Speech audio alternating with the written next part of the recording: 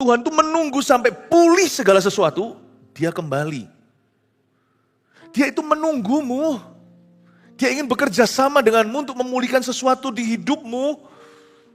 Dia itu menantikan Anda, dia itu menunggu sampai segalanya yang utama di hidup Anda akan pulih. Tuhan mau memakai Anda. Tidak ada satupun situasi itu yang bisa memblokirmu.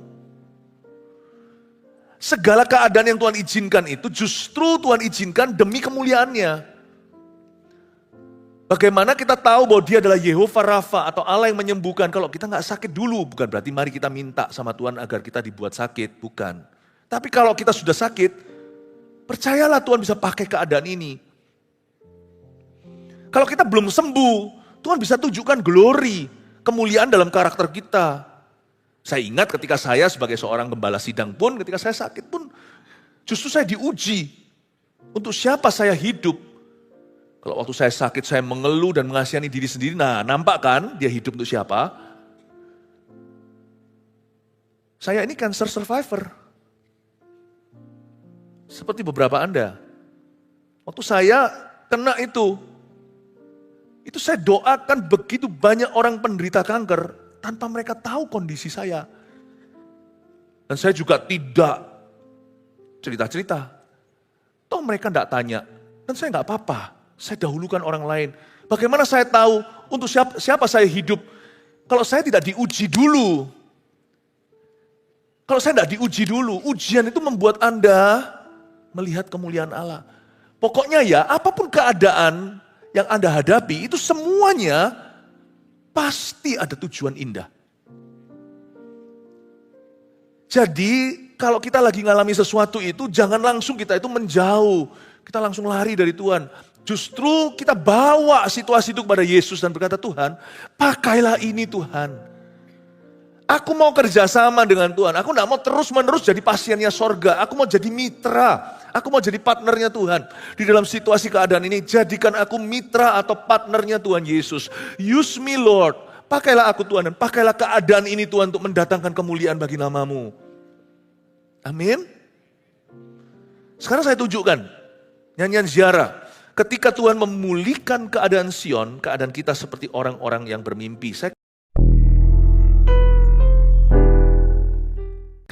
Dan kami percaya Tuhan masih mengabulkan doa ketika kami beriman.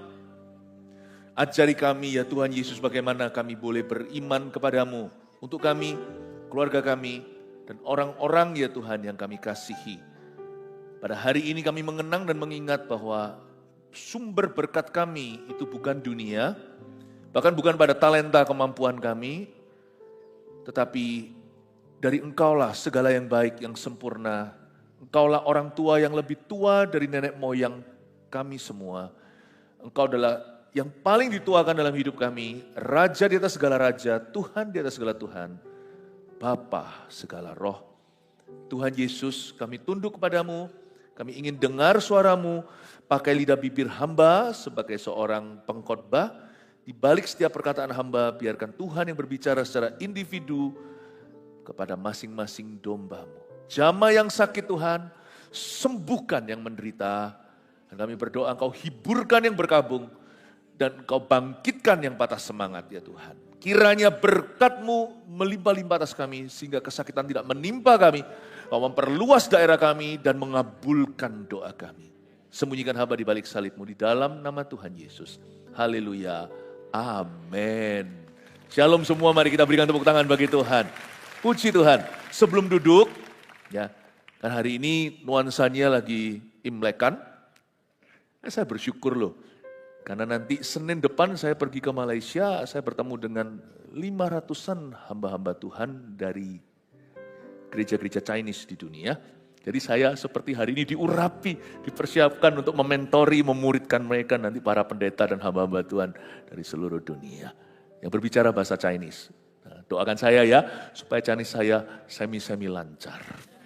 Gini biasanya kalau kita lagi Imlekan kan selalu yang paling terkenal apa? Kongsi Fatcai. Tapi kita orang Kristen bukan itu yang kita cari. Kalau kita cari harta salah tempat.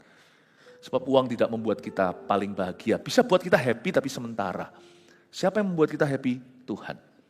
Yang penting itu 3 hal Bapak Ibu, kasih, sukacita, dan damai sejahtera. Itu kalau ada 3 hal itu, apapun yang kau lakukan diberkati. Kalau ada 3 hal itu, apapun berkat yang kau miliki sedikit atau banyak, pasti membuatmu happy. Amin. Daripada kongsi fajai lebih baik,心里平安，充满喜乐，有主的爱。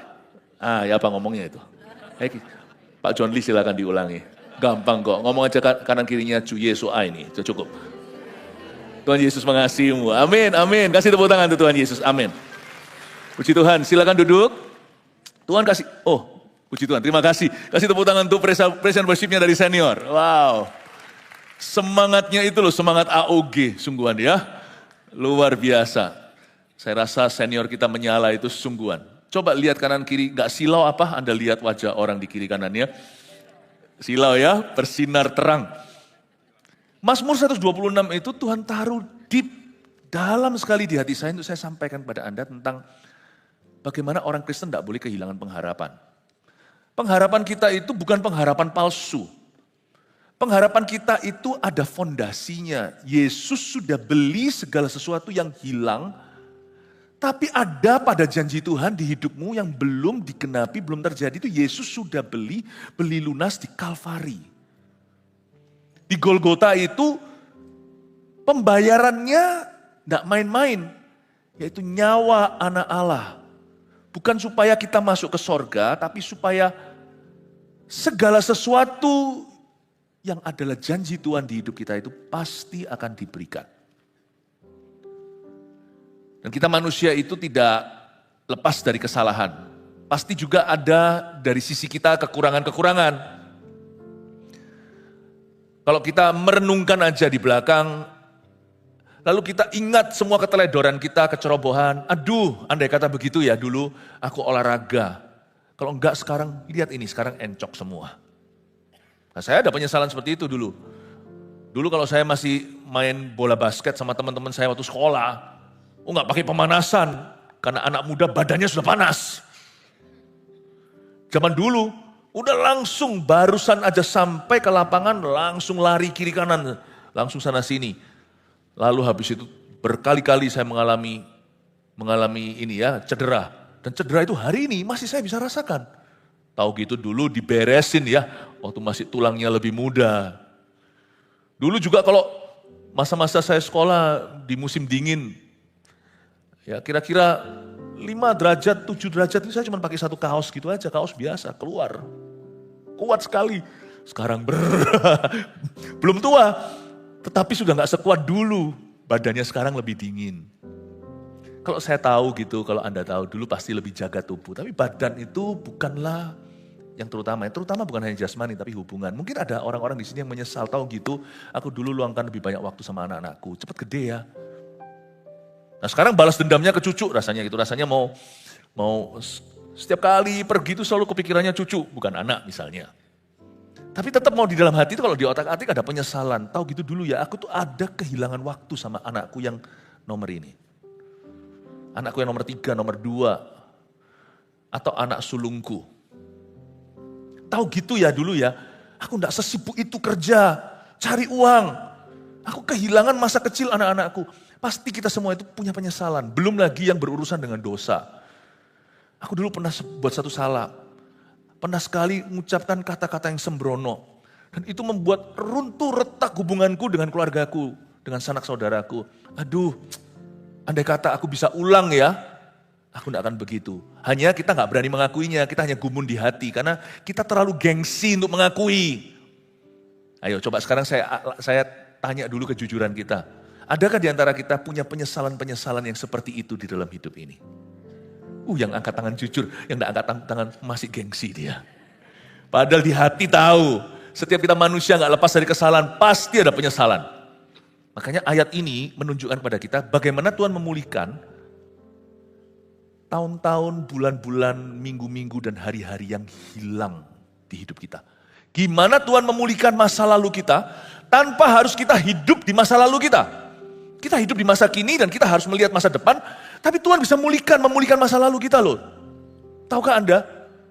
Kasih Tuhan memulihkan Kasih Tuhan memperbarui, kasih Tuhan mau mengampuni, kasih Tuhan mengubah segalanya. Tuhan itu bisa pulihkan segala-galanya. Coba katakan pada orang di sebelah kirinya, Tuhan bisa pulihkan segala-galanya. Kiri ya. Nah, yang kiri juga lihat kiri, nggak ketemu loh. Tuhan bisa pulihkan segala-galanya, katakan amin. Saya tunjukkan caranya, inilah hikmatnya. Kita baca dulu firman-Nya. Pengharapan di tengah-tengah penderitaan, nyanyian ziarah Mazmur 126. Ayat pertama, ketika Tuhan memulihkan keadaan Sion, keadaan kita seperti orang-orang yang bermimpi. Pada waktu itu mulut kita penuh dengan tertawa dan lidah kita dengan sorak-sorai. Pada waktu itu berkatalah orang di antara bangsa-bangsa, Tuhan telah melakukan perkara besar kepada orang-orang ini. Tuhan telah melakukan perkara-perkara besar kepada kita, maka kita bersuka cita. Pulihkanlah keadaan kami ya Tuhan, seperti memulihkan batang air kering di tanah Negeb. Orang-orang yang menabur dengan mencucurkan air mata, akan menuai dengan sorak-sorai. Orang itu akan berjalan maju dengan menangis sambil menabur benih, pasti pulang dengan sorak-sorai sambil membawa berkas-berkasnya. Katakan amin dulu, saya jelaskan. Ayat pertama dikatakan nyanyian ziarah. Ziarah itu apa? Ziarah itu kayak orang pergi ke gereja. Ziarah juga bisa kita retreat kemana gitu ya. Kita nanti bulan November kita juga mau sama-sama retreat ziarah ke Israel. Ziarah itu artinya begini loh. Sebuah perjalanan menuju ke Tuhan.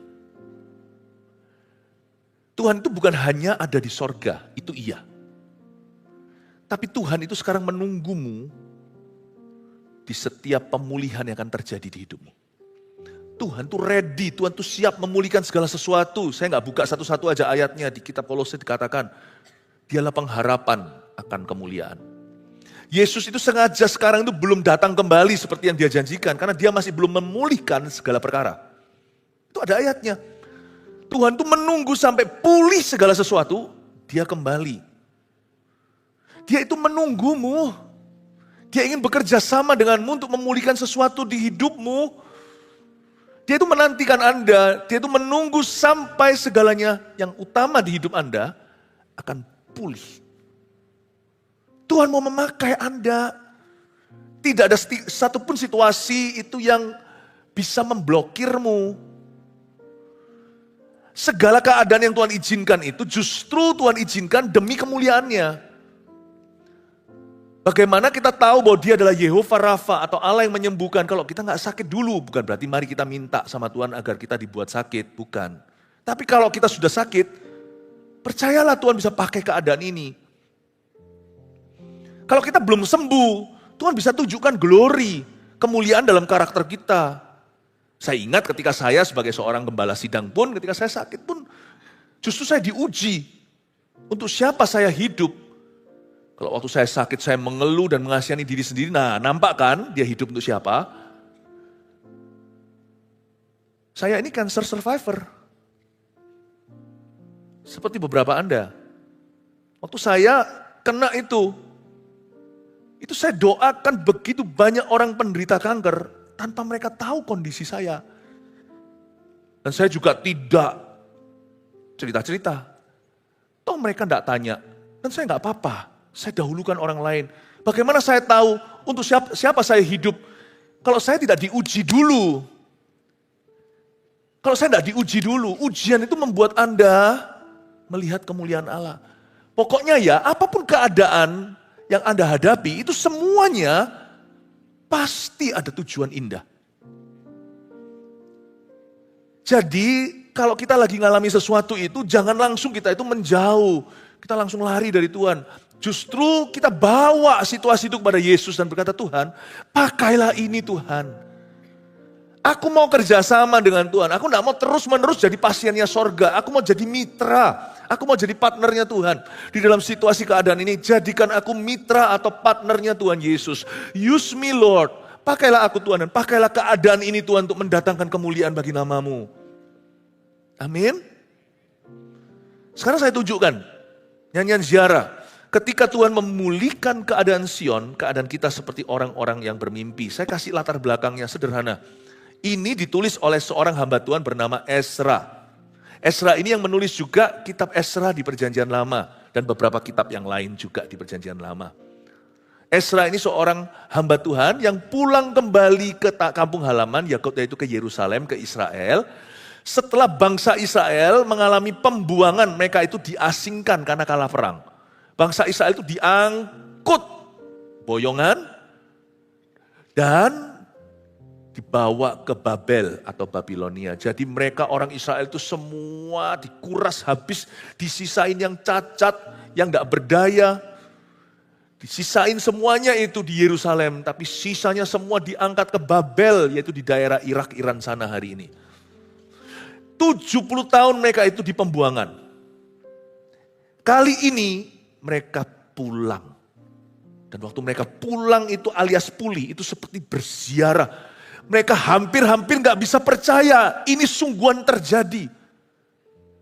Nah ya coba bayangkan, kalau suami seseorang 7 tahun gak pulang lalu tiba-tiba nongol di depan pintu dan minta maaf. Ya saya ngerti lah, itu pasti ada komplikasinya.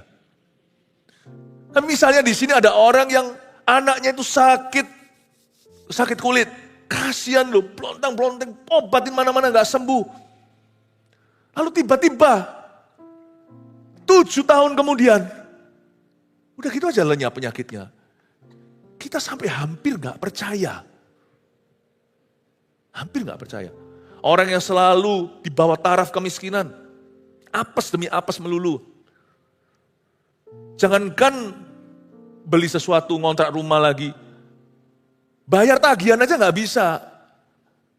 Bahkan gak bisa memastikan kalau bulan depan gak diusir sama tuan rumah. Tiba-tiba 7 tahun kemudian bisa beli rumah. Seluruh keluarga rasanya nangis, terharu, gak bisa percaya. Akhirnya kita punya rumah sendiri. Ini 70 tahun. 70 tahun itu lama. Orang Indonesia pindah ke luar negeri. 70 tahun kemudian udah pasti bahasa Indonesianya tipis-tipis. Bagi Tuhan tidak ada waktu lama. Dan bagi Tuhan tidak ada kata terlambat atau telat. Mungkin tidak sesuai dengan agenda dan waktumu.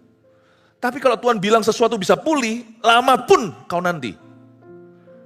Sebab bagi Tuhan, 1 hari sama dengan 1000 tahun. Artinya janganlah kau menyerah. Kalau ada janji Tuhan yang hari ini, sampai detik ini di usia Anda sekarang itu belum digenapi, jangan give up. Jangan menyerah. 有为爱我的天父，他永远不放弃我，他爱的同在使我完全，我真知他顾念着我。Ngerti nggak ngerti? Semoga ngerti. 我知他顾念着我，有为爱我的天父。Ada seorang Bapa di sorga yang mengasihi aku.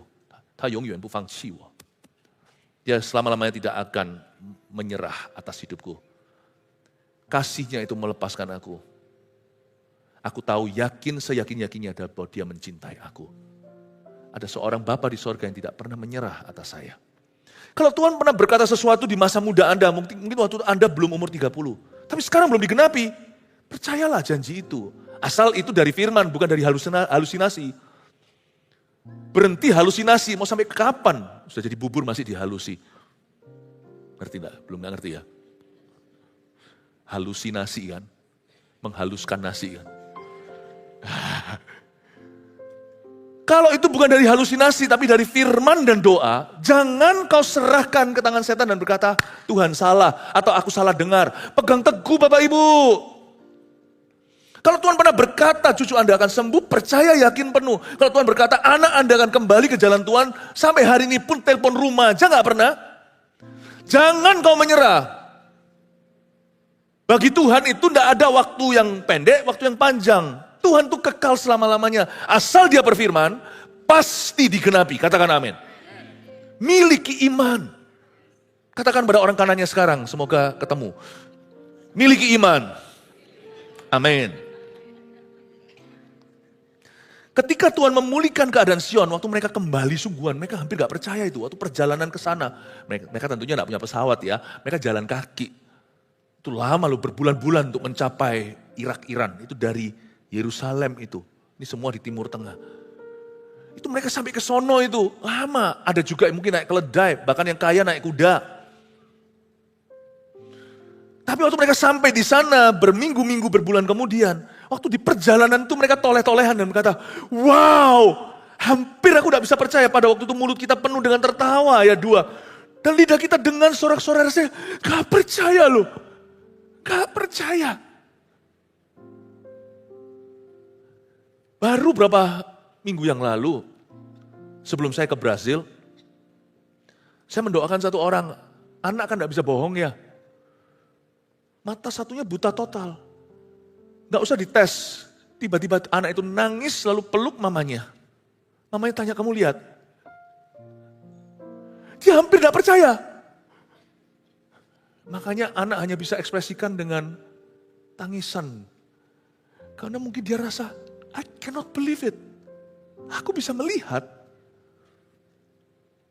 Waktu Tuhan pulihkan itu ya, ada rasa seperti mimpi Kalie. Kayak mimpi rasanya. Sungguhan tah, kata orang Surabaya. Cubit-cubit coba, ini mimpi kah? Kalau Anda tidak berani percaya sejauh itu sama Tuhan, belum kenal Tuhan. Tuhan itu dalam bahasa Inggrisnya, too good to be true but it's true. Karena banyak orang itu takut berharap karena dia takut kecewa. Matikan dulu urat kecewanya, berani beriman. Tuhan itu nampak terlalu mustahil, namun ketika Tuhan bekerja, yang mustahil pun terjadi. Katakan amin. Saya tunjukkan gimana caranya kita bisa memulihkan tahun-tahun yang hilang di hidup kita ya. Ketika Tuhan, kita baca ayat pertama sama-sama lalu saya jelaskan dalam secara praktis. 2, 3, ketika Tuhan memulihkan keadaan Sion, keadaan kita seperti orang-orang yang bermimpi. Begini caranya kita bisa memulihkan tahun-tahun yang hilang dalam hidup kita. Yaitu dengan mulai hari ini memperdalam hubunganmu dengan Tuhan Yesus. Mungkin di masa lalu kita punya penyesalan-penyesalan. Sebagian di antara kita penyesalannya gini loh, aku nyesel ya. Kenapa dulu aku tidak melayani Tuhan? Tunggu aku tua begini, baru aku, kata Tuhan pakailah hidupku kayak seolah-olah memberikan sisa-sisa. Gak apa-apa. Lebih baik telat daripada enggak sama sekali. Jangan ada orang di sini ya, misalnya kalau janjian sama orang semoga tepat waktu. Kalau saya sama istri saya selalu punya kebiasaan kalau janji sama orang itu datang lebih pagi. Pernah kita janjian sama-sama, ternyata pagi-pagian, siapa yang lebih pagi ya waktu itu ya? Saya sama istri saya datang dulu atau Bapak dulu? Saya dulu ya. Kita lebih pagi berapa lama waktu itu? Setengah jam ada. Saya datang sudah di atas setengah jam sebelum janjian. Apalagi karena saya yang lebih muda meskipun saya gembala sidangnya. Kita selalu kalau bisa early lebih baik. Makanya saya ajarkan di gereja ini, kalau mau melayani Tuhan itu lebih muda lebih baik. Saya kalah hari ini, saya melayani Tuhan itu mulai umur 18 tahun. 18 tahun. Saya kenal Pak Samuel Handoko, saya umur 19. 1 tahun setelah saya bertobat. Jadi kami sudah kenal lama sekali di Ungaran waktu itu. Saya menyesal kok enggak kenal Tuhan lebih awal. Lihat anak-anak AOG kita, bukan yang Army of God Cap ya. Yang Army of God ya. Mereka itu umur 14 sudah berapi-api untuk Tuhan. Coba lihat anak-anak, kita punya anak-anak Voltage, Eagle Kids, yang hari Sabtu itu. Lihat aja nggak usah jauh-jauh, mana tadi kameramennya? Ada satu bocah kameramen tadi. Where are you, my friend? Di mana? Di atas. Oh, salah satu. Kayak Sun Wukong. Ya ada, ya bahasa Ibraninya singitan katanya. Ada di atas sana. Itu umur berapa? Saya menyesal. Tapi saya ngomong gini mungkin membuat Anda lebih menyesal. Saya umur 18, 19 saya sudah khotbah. 19. Masa masih ingat khotbah saya yang pertama? Kasih sukacita, kasih iman dan pengharapan. Nah, mungkin kita menyesal dulu kok gak lebih awal melayani Tuhan. Aku kok sekarang memberikan sisa-sisa? Gak apa-apa. Asal sisa-sisa gak apa-apa, asal sungguh-sungguh. Sisa-sisa, SS. Sungguh-sungguh SS, gak apa-apa. 2S ini asal ada 2S berikutnya. Gak apa-apa kasih sisa-sisa, asal sungguh-sungguh. Karena itu jangan setengah-setengah di masa tua. Jangan buat keputusan yang salah di masa senja. Sisa pun jadi Tuhan bisa pakai segalanya. Jangan lupa, Musa juga kasih sisa-sisa. Musa itu dipakai Tuhan umur 80. dia sisa sepertiga karena zaman dulu orang hidupnya bisa sampai 100 sekian puluh. 80 tahun pertama itu sungguh-sungguh tidak ada apa-apa. 40 tahun pertama Musa malah justru di Mesir tidak keruan pernah bunuh orang. Tapi karena dia sungguh-sungguh dengan sisa-sisanya, Allah memakai dia sejak Gunung Sinai itu dan wajahnya bercahaya. So what sisa-sisa? Emangnya kenapa kalau aku berikan sisa? Untung-untung masih ada sisanya. Jangan pernah kalau kita tabrakan mobil, belum rongsok semua, kita berkata, tanggung ditabrakkan lagi. Sisa pun Tuhan bisa pakai, asal kau sungguh. Ini yang disebut ketika Tuhan pulihkan keadaan Sion, keadaan kita seperti orang yang bermimpi, kita bisa dipulihkan masa hidup kita ini, dan masa lalu kita yang penuh penyesalan pun bisa pulih kalau kita sungguh-sungguh hari ini. Masa lalu yang kayaknya terbuang sia-sia itu bisa ditempuhi. Bahasa Surabayanya, bisa ditebus kalau kita sungguh-sungguh. Mungkin dulu adalah bapak yang ngamuk-ngamuk, ayah yang muring-muring. Tapi sejak hari ini dijamah di GMS Senior, dulu hubungannya dengan anaknya mungkin kaku. Selalu muka batu, bagus gak pernah dipuji. Bukan berarti anak-anak muda minta dipuji, enggak. Tapi anehnya kalau sekali salah langsung jadi polisi. Pokoknya anak itu hanya dapat perhatian kalau dikoreksi. Tapi hari ini setelah Anda dikoreksi oleh Tuhan lewat firman ini, Anda berkata, aku mau berubah. Muka batuku akan ku ganti. Mungkin pertama-tama agak sedikit canggung, sedikit aneh. Ayah yang tidak pernah ekspresi, sudah kaku itu semua otot wajahnya. Apalagi kalau anaknya sudah punya anak, sudahlah rasanya nggak mungkin bisa berubah. Padahal di hati Anda menyesal. Terlalu keras sama anak cowokmu itu. Udah terlalu keras. Coba kalau Anda pikirkan, pasti ada sesuatu, kalau Anda gengsi loh ya, pasti bisa mengaku ada sesuatu yang hilang antara kami. Terus tiba-tiba pulang dari gereja, Anda panggil anak Anda yang deg-degan, dia lebih deg-degan, ada apa? Papa kalau manggil aku biasanya marahin aku. Tiba-tiba Anda berkata, Papa mau doakan kamu. Itu anak Anda mau pingsan tapi dia tahan. Mungkin belum pernah dalam hidupmu sama sekali Anda peluk dia, mungkin dipeluk Tuhan, anak Anda mulai risih. Karena di antara Anda berdua tidak ada jamah-jamahan, itu tidak ada. Malah justru jambak-jambakan. Tiba-tiba Anda berkata dalam nama Yesus, amin, lalu peluk. God bless you. Anak Anda pulang itu pikir itu papanya siapa itu? Itu ya bisa menebus semua musim dinginmu dengan dia. Satu kecupan, satu ciuman, satu pelukan itu bisa mengubah wintermu. Kalau kau sungguh-sungguh. Tapi jangan setelah lakukan itu, besok marahi lagi. Tapi konsistensi. Hubungan kami sekeluarga juga diubah oleh Yesus. Yesus kalau ngubah orang itu gak sampai hanya di dalam hati. Segala sesuatu yang Tuhan ubah di dalam hati itu pasti sampai manifestasi. Makanya ada yang namanya buah roh. Roh Kudus tidak bisa kau sembunyikan. Apa yang terjadi di dalam yang diberikan, itu nanti akan keluar dan berbuah. Sekarang setiap kali saya ketemu papa mama kami selalu cium. Nggak pernah itu, kami ini totok sekali. Jarang yang begitulah, bukannya nggak pernah. Jarang. Karena kita ini, kalau cinta itu disimpan, pokoknya saling tahu lah. Nggak cinta masa aku pelihara. Gitu, asumsi orang lain pasti ngerti. Tidak pernah kita utarakan. Kalau kita mau sungguh-sungguh, kita jadi agen perubahan. Caranya gimana Tuhan memulihkan apa yang hilang di belakang? Yaitu caranya begini, dengan kau sungguh-sungguh sekarang mengubahnya mulai hari ini. Itu akan berubah. Amin? Ya, itu caranya. Dan juga selain itu, sisa hidup kita di belakang ini, pastikan yang ada di depan kita maksudnya, pastikan kau maksimalkan. Dulu waktu masa muda, saya dengan teman-teman saya adalah teman kejahatan. Teman-teman saya semua saya ajak ke suhu. Ya, suhu udara maksudnya yang panas. Tapi sekarang saya cuma punya satu sifu.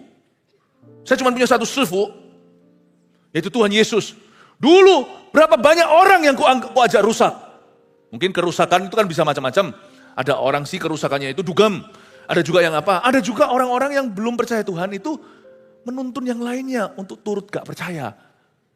Apa-apa, masa mudaku terbuang sia-sia. Karena aku belum kenal, belum tahu. Tapi mulai hari ini aku akan menjadi penjala manusia. Semua orang yang kutemui, baik itu waktu saya antarkan cucu saya ke sekolahnya, atau antarkan anak saya, atau pas ketemu, pas lagi ada ulang tahun anak saya, lalu ada teman-temannya, lalu saya ketemu dengan teman-teman lama, pokoknya mulai hari ini saya jadi penjala manusia. Teman lama aku, teman dulu, teman SMA aku, mungkin zaman dulu, atau teman baru, semua satu-satu tak ajak kenal Yesus. Nah itu namanya memaksimalkan masa depan. Kalau dulu masa lalu 2/3 itu semuanya terbuang sia-sia.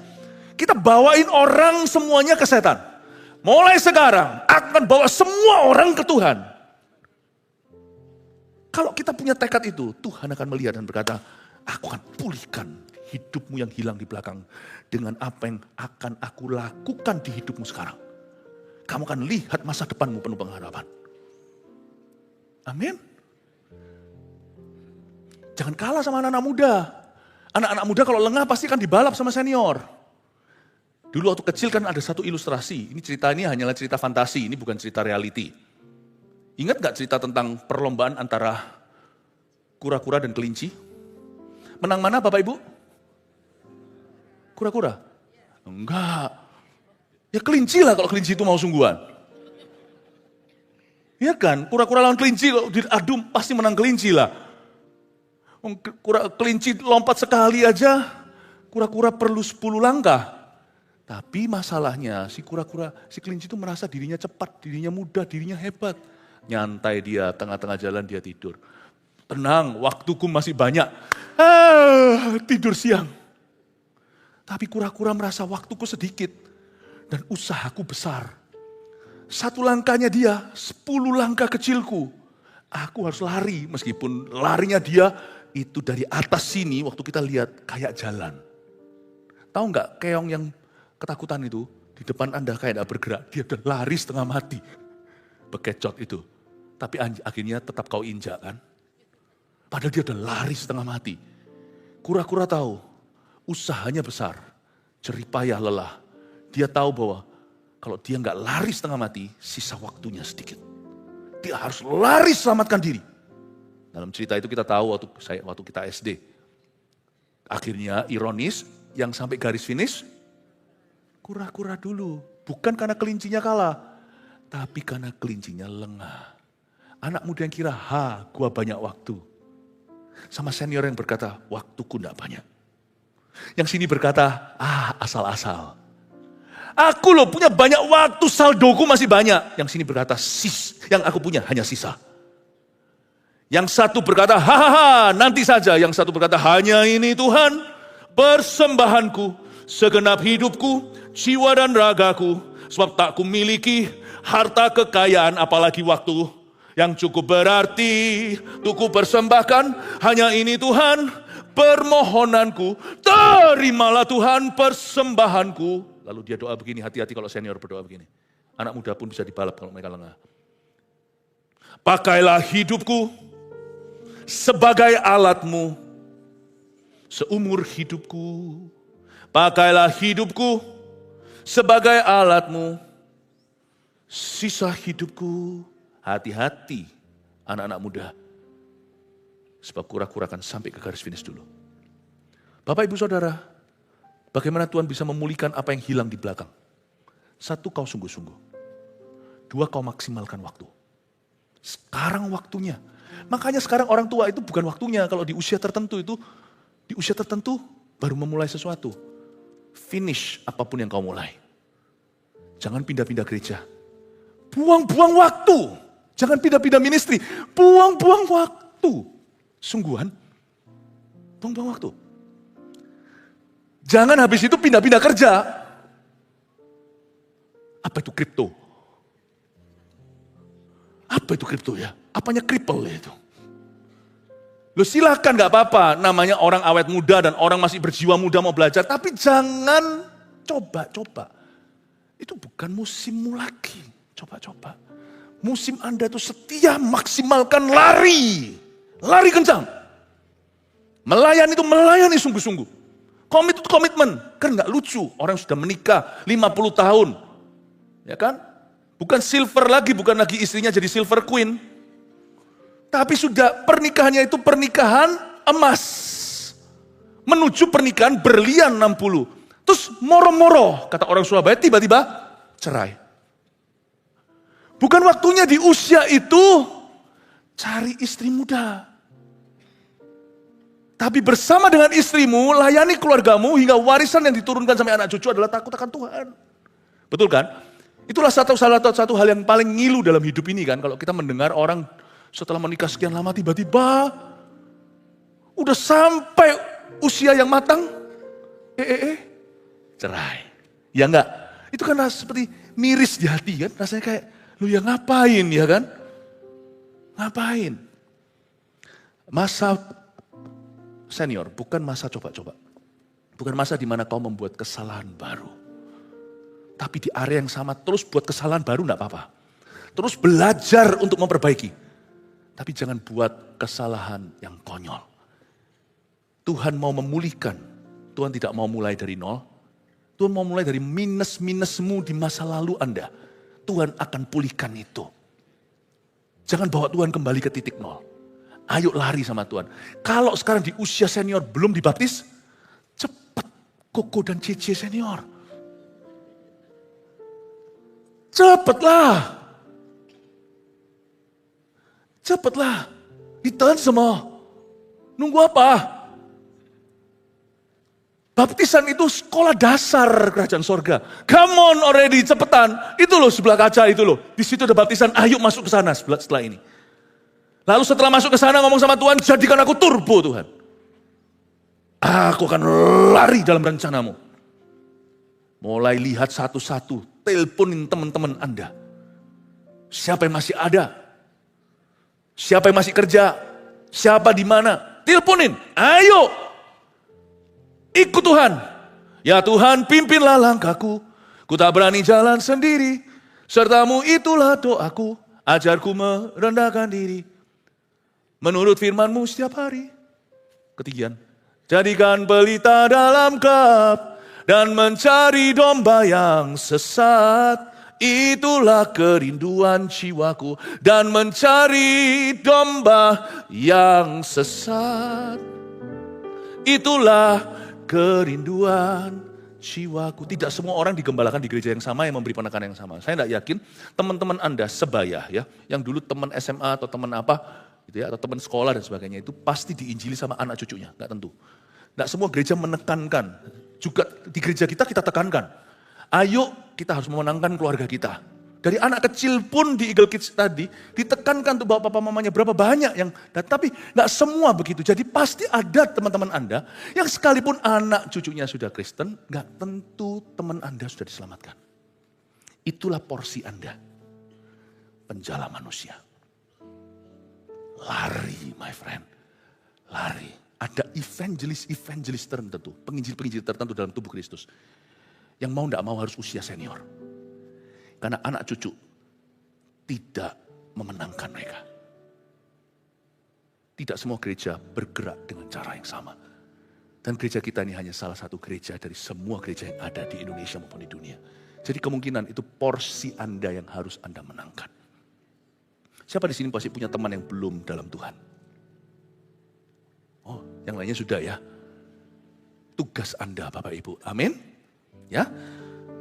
Pada waktu itu mulut kita penuh dengan tawa. Kita lompat aja ayat yang keempat. Pulihkan keadaan kami ya Tuhan. Seperti memulihkan batang air kering di tanah Negeb. Maka pemazmur ini Esra berdoa. Pulihkan kami. Lalu ayat 5 dan ayat 6 dengan ini saya selesai. Orang-orang yang menabur dengan mencucurkan air mata akan menuai dengan sorak-sorai. Ya, saya kasih kuis ya. Kalau nabur pakai apa? Nabur pakai apa? Pakai air mata. Iya, pakai apa tadi? Orang sebelahnya ngomong apa tadi? Apa Bapak Ibu? Benih, betul. Tapi benihnya itu kan bukan biji semangka kan benihnya ini kan rohani. Orang yang menabur dengan mencucurkan air mata. Jadi kalau nabur itu pakai mencucurkan air mata. Tapi kalau menuai dengan sorak-sorai. Lanjut ya. Orang yang berjalan maju dengan menangis, ini air mata. Dia maju sambil menabur. Sambil menabur benih, pasti pulang dengan sorak-sorai sambil membawa berkas-berkasnya. Pahami sesuatu, alat nabur itu nangis. Alat nuai itu sukacita. Contoh, Anda mau ajak seorang teman Anda ke pesta. Anda nangis, ayo ikut aku. Loh, kenapa kamu nangis? Ayo ikut aku. Nggak ada yang mau pergi. Karena alat nuai itu happy. Ci, lu mau kemana Ci? Kok seneng gitu, kok happy gitu. Ayo ikut yuk. Belum tahu mau kemana, kepingin aku ikut gini. Hidupku penuh depresi, rasanya itu menjanjikan gitu loh. Kamu itu begitu bahagia, bergembira. Mau kemana sih Ci? Ke rumah Tuhan. Oh ikut. Kita mau ajak orang ke restoran. Sambil pegang-pegang perut. Ayo ikut ke restoran ini. Gak berani kita, kenapa? Gak enak ya? Tapi kalau kita perginya bersingkrak-singkrak. Ayo ke restoran ini. Enak-enak sekali. Semua orang mengikuti. Alat nuai itu happy. Tapi kenapa sekalipun kita happy, ada pula orang-orang yang tetap tidak mau ikut sama kita. Untuk kenal Tuhan. Bukan karena mereka tidak mau, karena mereka masih ditawan. Coba lihat tuh kakinya, masih ada borgolnya. Ayo, aku mau. Dalamnya mau, tapi luarnya gak bisa. Gak bisa. Ada aja rintangannya. Pernah enggak Anda merasa, Anda mau pelayanan itu banyak aja rintangannya. Tiba-tiba siapa jatuh. Mau apa gimana banget, tiba-tiba ada masalah di tempat kerja. Kenapa ya? Sekalipun aku ajak mereka gak mau. Bukan karena mereka gak mau, mereka gak bisa. Karena mereka masih dibelenggu sama setan, masih ditawan. Caranya gimana kita lepaskan mereka dari belenggu setan? Kita yang masuk ke ruang doa kita. Kita nangis di hadapan Tuhan. Kita taburkan air mata Tuhan. Aku berdoa untuk temanku itu Tuhan. Supaya dia dan keluarganya diselamatkan. Kita yang nangis. Pahami koko-koko cici-cici di senior. Air matamu itu benih. Karena itu jangan sembarang nangis. Don't cry for me Argentina. Jangan nangis yang gini. Aku nangis. Kenapa? Orang itu menjengkelkan. Itu nangis tapi gak nabur. Karena orang-orang yang menyembah berhala juga nangisnya begitu. Nangis tapi gak nabur. Itu air mata tidak diterima. Karena itu kalau orang lain menyakitimu, nangisnya bukan karena mangkel, kesel, karena kita sakit hati. Nangisnya itu gini, Tuhan ini sulit bagi aku. Tapi Tuhan kasih aku kemampuan untuk bisa mengampuni dan mengasihi musuh-musuhku. Aku berkati orang itu yang mengutuki aku dalam nama Yesus. Nangislah, nah itu nabur. Karena nangisnya itu karena firman. Alkitab berkata orang yang berjalan maju dengan menangis. Bukan asal nangis, tapi waktu nangis dia maju rohani. Orang yang meratapi diri sendiri tidak maju rohani. Itu namanya stagnan jalan di tempat. Pernah lihat gak orang lari di tempat? Gak kemana-mana. Ya itulah orang-orang yang nangisnya mengasihani diri sendiri. Orang yang menangisnya karena takut. Semata-mata takut. Aduh, anakku sekarang goncang bisnisnya. Sebentar lagi harus pilot, harus bangkrut. Dia nangis, aduh Tuhan. Itu sudah lumayan, sudah setengah jalan. Teruskan. Tapi aku percaya kiranya engkau memberkati aku berlimpah-limpah sambil nangis menderu-deru. Dan memperluas daerahku. Pakai iman itu maju. Tapi kalau nangisnya itu kalah. Nangisnya itu ketakutan, panik, kalah dan berkata aku bisa apa. Tuhan pun gak bisa apa-apa. Apalagi yang kayak gini nangisnya. Kenapa? Why does the sun go on shining? Why? Kenapa Tuhan aku melayani Tuhan? Kenapa Tuhan kami satu keluarga ya Tuhan? Kami sungguh-sungguh kenapa kau izinkan? Nangisnya marah-marah sama yang Maha Kuasa. Nangisnya itu mengeluh kesah. Tapi gak ada iman ya gak maju. Kita hanya nangisnya itu mengapa. Blaming, salahkan Tuhan. Wahai kenapa kau izinkan? Lalu kita tuding sorga. Kalau perlu kita dobrak pintunya. Kenapa kau tega ya Tuhan Yesus? Kalau Tuhan Yesus ada di sini pasti sudah dikebukin. Kenapa kau izinkan? Nangis kayak gitu, nangis murtad. Kelihatannya kayaknya kasihan, nangis, tapi dia memberontak. Itu nggak maju, itu mundur. Tidak ada ayatnya yang mundur dengan menangis akan pulang membawa berkasnya. Tapi yang maju, pastikan tangisanmu membuat kerajaan Tuhan maju, membuat imanmu maju. Kalau saya lihat teman saya, keluarga saya, siapa yang masih dibelenggu setan, saya nangis. Saya akan menangis dan berdoa, Tuhan, aku minta jiwanya Tuhan. Di dalam nama Yesus Tuhan, aku tahu orang itu mau kok. Orang itu bisa. Sebenarnya orang itu mudah, tapi ada sesuatu yang gandoli dia. Aku minta Tuhan, aku minta kau selamatkan nyawanya. Dalam nama Yesus, nangis saya. Saya akan nuai. Inilah caranya Tuhan memulihkan apa yang ketinggalan di belakang. Pakai air mata Anda dengan bijaksana. Air mata kita ini 1 gramnya lebih mahal dari emas. Karena kalau dijawab Tuhan, terjadi kebangunan rohani yang luar biasa. Amin Bapak Ibu Saudara. Siapa di sini mau kontrakkan air matanya untuk Tuhan? Oke, puji Tuhan. Ngomong kanan kirinya sekarang. Pasti ketemu kalau kanan kiri. Katakan, don't cry for me, Argentina. Amin Bapak Ibu Saudara. Saya juga tidak pernah akan izinkan orang lain menangisi saya. Untuk sesuatu menangis, tidak pernah. Saya tidak mau bahasa anak muda sekarang, lebay.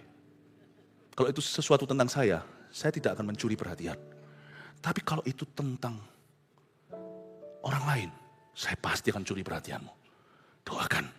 Ini sekarang apa yang saya promokan sekarang? Apa produk saya? Coba Anda tebak. Apakah saya suruh Anda mendoakan saya, menangisi saya? Tapi saya kan sekarang promokan produk saya kan jelas. Saya sedang bicara tentang teman Anda yang tidak bisa angkat bicara. Karena mungkin Anda belum menyadari atau menyadari tapi belum berani. Saya mewakili mereka. Orang-orang yang Anda kenal tapi saya tidak kenal. Teman-teman Anda yang belum diselamatkan atau anggota keluarga. Saya mewakili mereka, saya yang sekarang angkat bicara. Tolongi mereka. Sekarang saya angkat bicara, tolongi mereka. Nangislah untuk mereka. Tuhan akan menjawab doamu. Anda akan melihat di masa-masa kini. Apapun yang masih tersisa di depan, Allah akan memakaimu secara dahsyat. Amin Bapak Ibu Saudara. Siapa di sini mau dipakai Tuhan seperti itu? Puji Tuhan, kasih tepuk tangan untuk Tuhan Yesus. Yang belum ikut CG, udah jangan buang waktu. Oh puji Tuhan, akhirnya saya ketemu komunitas yang tepat untuk saya.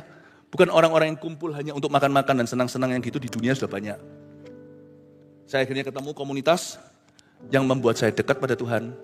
Dan komunitas di mana kita bisa sama-sama memenangkan jiwa. Udahlah, ingat gak lagu itu? Saya lupa.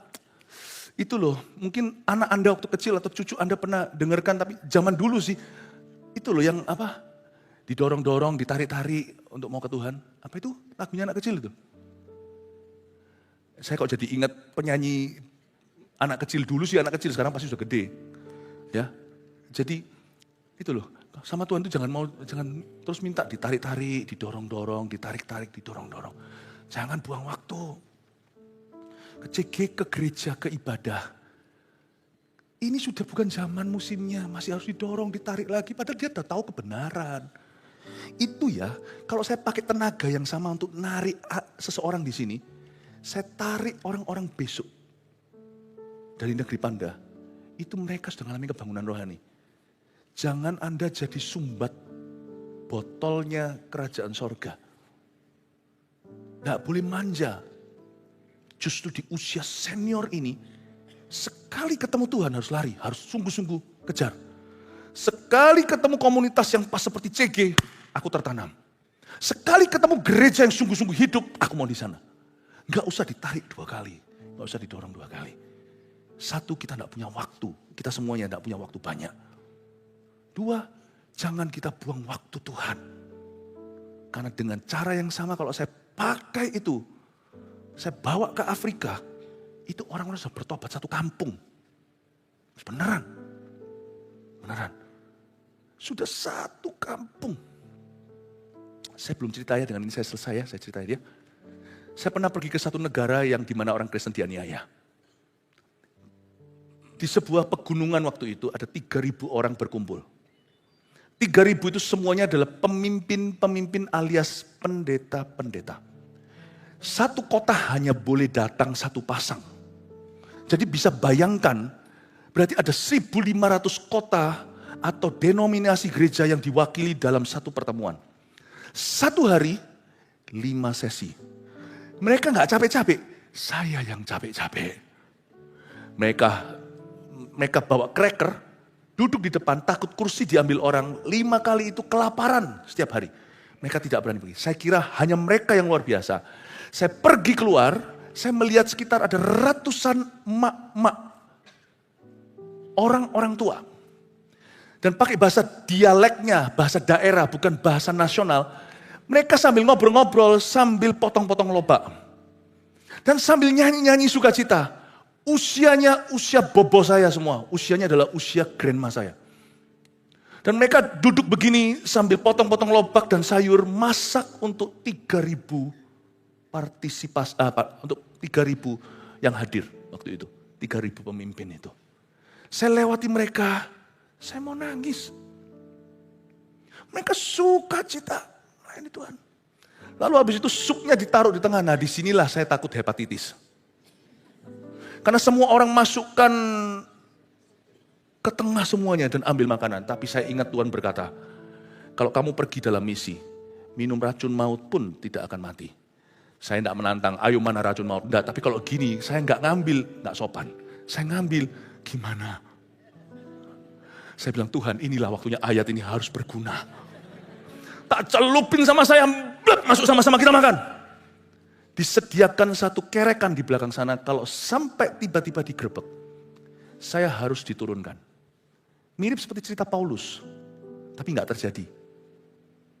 Jadi cerita ini saya lihat, dan itu ratusan bahkan ratusan orang-orang senior melayani. Dan di antara 3.000 orang itu, banyak hamba-hamba Tuhan situ, orang-orang senior semua. Sadar nggak? Mereka nggak punya Alkitab. Pendeta nggak punya Alkitab. Gimana mereka bisa ngajar firman? Mereka pernah dengar Injil. Dari seorang penginjil yang dulu juga pernah datang ke Indonesia. Saya nggak bisa cerita lebih lanjut lah, Anda kira-kira. Ini keturunan ke-7 sejak Injil diberitakan di situ. Mereka hanya pernah mendengar Yesus, Injil Yesus mati, bangkit. Dan dia siapa? Semua cerita Natal semua mereka ngerti. Dan nggak hanya itu, mereka juga merobek halaman-halaman Alkitab. Bukan karena mereka itu suka sobek-sobek Alkitab. Tapi mereka giliran seperti piala bergilir. Satu pasang itu, dan di antara jemaatnya dan pengerjanya, mereka giliran hari ini kamu bisa punya halaman ini. Lukas pasal 3. Sana Lukas pasal 7. Sana Lukas pasal 4 dikasih di tangan. Dan itu giliran kalau satu hilang cilakalah. Ya, dan mereka baca Alkitab. Sebagian antara mereka hafal Alkitab. Semua pasal itu di kitab itu. Terpaksa. Kenapa tadi saya berkata, jangan kau ditarik-tarik dan didorong-dorong. Dengan Alkitab yang sama di tangan Anda, kuku-kuku dan cici-cici. Itu satu kampung sudah makan rohani. Dengan cara orang-orang di gereja ini ngajak Anda, ayo ibadah. Itu di sana, enggak usah diminta. Mereka enggak meninggalkan tempat duduknya dengan cracker. Dari jam pagi 5 sesi sampai malam terakhir, mereka tidak beranjak dari sana. Bukan diajak, mereka enggak mau pergi. Makanya saya itu kan lihat dua sisi.